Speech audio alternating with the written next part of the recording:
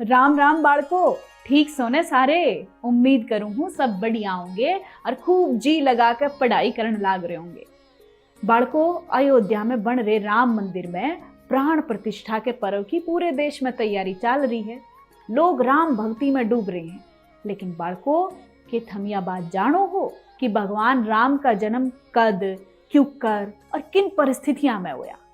बाળકો, आज मैं थमने भगवान श्री राम के जन्म की कथा सुनाऊंगी कि क्यों कर विष्णु जी ने पृथ्वी पर जब पाप बढ़न लागे थे तो पाप खत्म करने खातर भगवान राम के रूप में जन्म लिया था। यह कहानी थमने धर्म और भक्ति की शिक्षा देगी। इस कथा ने ध्यान से सुनियो। भाई, बहुत पुरानी बात से एक बार भगवान विष्णु क्षीर सागर में अपनी सैया पर लेट रहे थे। जब वे भगवान ब्रह्मा सारे देवताएं के गैल उनके दौरे पधारे।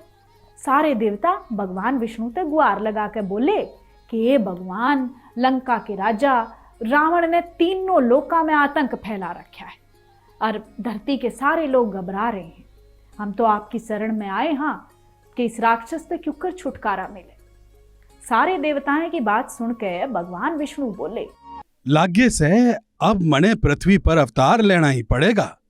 थम सब चिंता ना करो, थारी रक्षा करना मारा पहला काम से।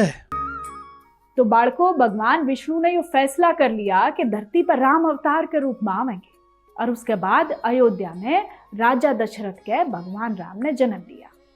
भगवान राम के पिता पुत्र कामना ने लेकर बहुत परेशान थे और आखिर क्यों कर उनकी मनोकामना पूरी हो गई, दिन रात न्यू सोचा करते।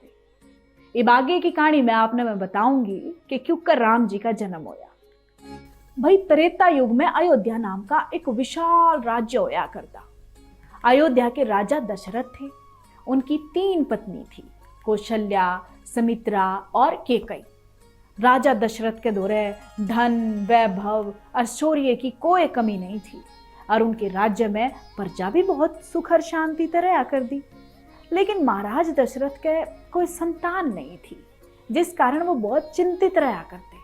संतान प्राप्ति खातर वो सदा पूजा पाठ और दान धर्म करया करते, लेकिन पुत्र की प्राप्ति नहीं हो पा रही थी। एक दिन राजा दशरथ अपने दरबार में बैठे थे जब एक ऋषि उनके दरबार में आया और राजा दशरथ से बोलिया, महाराज, आज घना ही शुभ मुहूर्त से आज सूर्य भगवान उत्तरायण में आए से।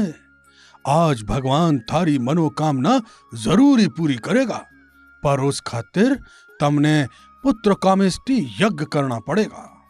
ऋषि की बात सुन के राजा दशरथ बोले, हे मुनि, तुम थबड़ी थबड़ी यज्ञ कराओ। राजा दशरथ की बात सुन के ऋषि ने जवाब दिया, मने माफ कर दो महाराज, पर मैं पुत्र कामेष्टि यज्ञ को नहीं कर सकता।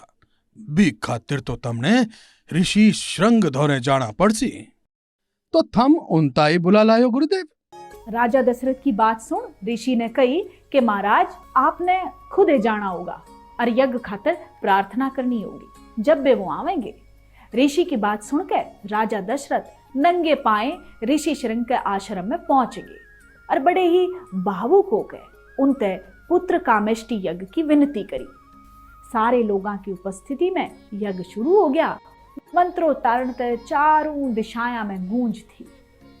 यज्ञ में दी गई आहुति ते प्रसन्न होकर अग्निदेव प्रकट हुए और उनके हाथ में एक खीर का पात्र था, जिसने राजा दशरथ को देते हुए अग्निदेव बोले, हे राजन, यो खीर को ढोंगो पकड़ ले और इसने आपड़ी तीनों रानियां ने खवा दे। थारी बालक पाड़ की चाह पूरी हो जासी।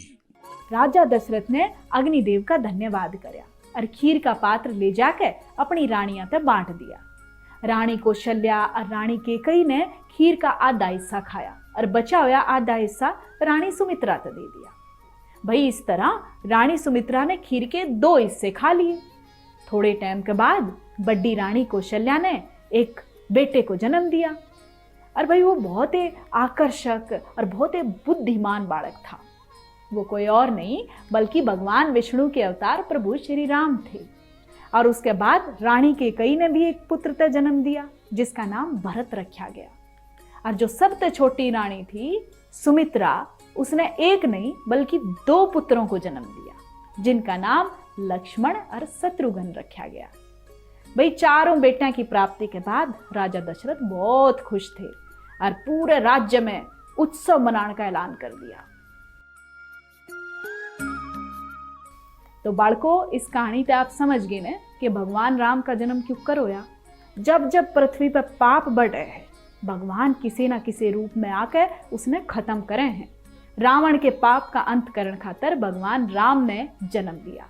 तो एक मैं चालू हूँ, फिर आऊंगी एक नई कहानी लेकर। तब तक तुम खूब पढ़ो और मन ने दो इजाजत। राम राम।